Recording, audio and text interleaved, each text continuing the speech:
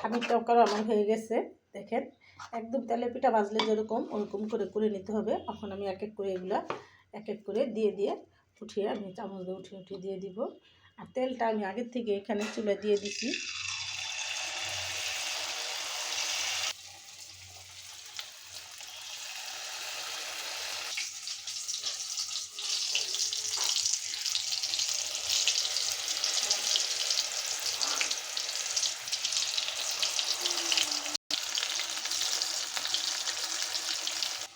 আমি এরকম করে সবগুলো এক এক করে দিয়ে নিব। আপনারা এরকম করে এক এক করে দিয়ে ভেজে নেবেন।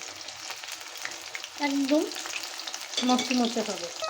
আমার এগুলো ভাজা না হয়তো এটা দেখেন আমার নাতি এসে বাটি নিয়ে দাঁড়ায় রয়েছে, ওকে দিতে হবে। তো এরকম আমিও চাই প্রতিটা বাচ্চা বিকেলের নাস্তা এরকম একটা হেলদি খাবার খাক। আপনারা আপনাদের নাতি পুতি ছেলে মেয়েদেরকে বানিয়ে দেবেন। দেখেন কী বিরক্ত করতেছে, ভাজারও সময় দিতেছে না।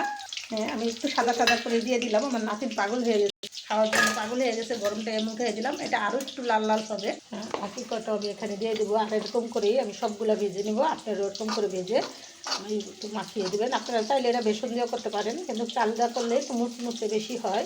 তো সেটাই আমি চালটাই নিলাম আর আপনাদের সাথে শেয়ার করলাম। আপনারা এরকম করে বানিয়ে নেবেন।